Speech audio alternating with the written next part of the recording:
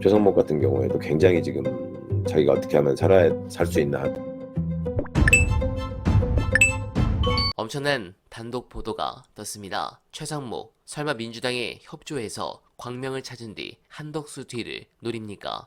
그리고 뒤에서는 정치권에 도는 썰 보고드립니다. 먼저 YTN 단독 보도 결과 경찰 특별수사단은 최근 최 부총리를 참고인 신분으로 불러 조사하며 비상계엄 국무회의 당시 윤두창이 최 부총리에게 하달한 지시 문건을 확보했습니다. A4 용지 한 장짜리 문건에는 지금 즉시 국회 운영비를 끊어라, 비상계엄 입법부 운영 예산을 짜라는 등의 지시가 담겼던 것으로 전해졌습니다. 해당 부분이 중요한 것은 크게 두 가지입니다. 첫째는 이거 최상목이 불었겠죠. 권한대행 하고 싶습니까? 그런 겁니까? 그리고 윤은 지난 10일 대국민 대화에서 계엄은 국회를 해산시키거나 기능을 마비시키려는 게 아니었다고 말했지만 국회 운영 중단을 시도한 것으로 보이는 정황이 나오면서 탄핵에 결정타가 될 가능성이 큽니다. 지금까지는 증언이었다면 이건 문건이라서 빼박입니다. 제가 민주당 내부의 기밀을 알 리 없겠지만 이건 사실 경찰에서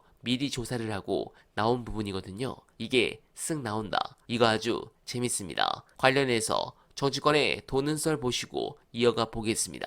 주말 민주당 의원들을 좀 만나서 얘기를 들어보니까 뭐 행안위도 그렇고 법사위도 그렇고 국방위도 그렇고 각 상임위별로 많은 제보들이 쇄도하고 있어가지고 다음 주에 또 국회가 이렇게 열리게 되면은 국민들께서 궁금해하시는 부분에 대해서 좀 시원한 소식들 같은 게 조금 더 많이 이제 나올 것 같고요. 그 과정에서 이제 한덕수 탄핵에 대해서도 여러 상황을 보면서 적극적으로 검토를 할 것이고, 한덕수가 탄핵되면은 그 다음은 최상목인데, 최상목 경제부총리는 자기 나름대로 지금 자기는 거기에 적극적으로 반대했다라고 굉장히 여러 군데 가서 얘기를 하나 봐요. 그래서 그 내부에서도 최상목 과연 제대로 된 사람이냐, 지금 윤 때문에 지금 승진을 한 게 몇 칸인데 최상목을 믿을 수 있느냐 이런 얘기들이 나오고 있어서 최상목 같은 경우에도 굉장히 지금 자기가 어떻게 하면 살 수 있나 하는 눈치를 보고 있다는 얘기가 속출합니다. 그래서 최상목이 권한대행이 되면 한덕수보다도 오히려 더 신속하게 뭔가 일을 할 수 있다, 집행할 수 있다, 더 이상한 짓을 못할 것이다, 뭐 이런 생각을 하셔도 되니까, 한덕수는 또 그런 점을 아니까 자기가 뭐 버티고 방해한다고 해서 방해가 완성되는 게 아니라는 점을 본인이 더 잘 알고 있습니다. 그러니까 이렇게 지금 이상한 짓을 다음 주에도 계속 지속할 수 있고 또 뻔뻔하게 나올 것이다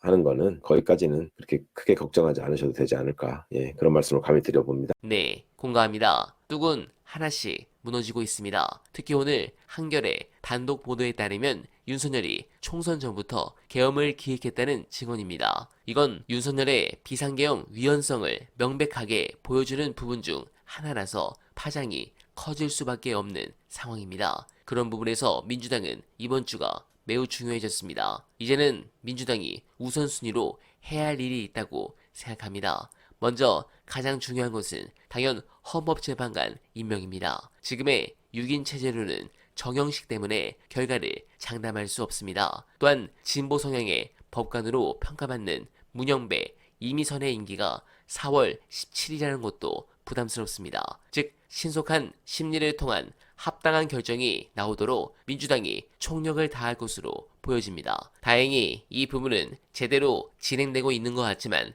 탄핵에 임박한 한덕수의 막판 목리 역시 계속 체크를 해야 합니다. 또한 윤석열 수사의 속도를 위해 특검을 더 압박할 것으로 보여집니다. 가능하면 이번 주에 우리 민주지형의 선배님들이 즐거워할 소식이 가득하길 기원하며 어날바는 오늘도 최선을 다하겠습니다. 여러분 고맙습니다.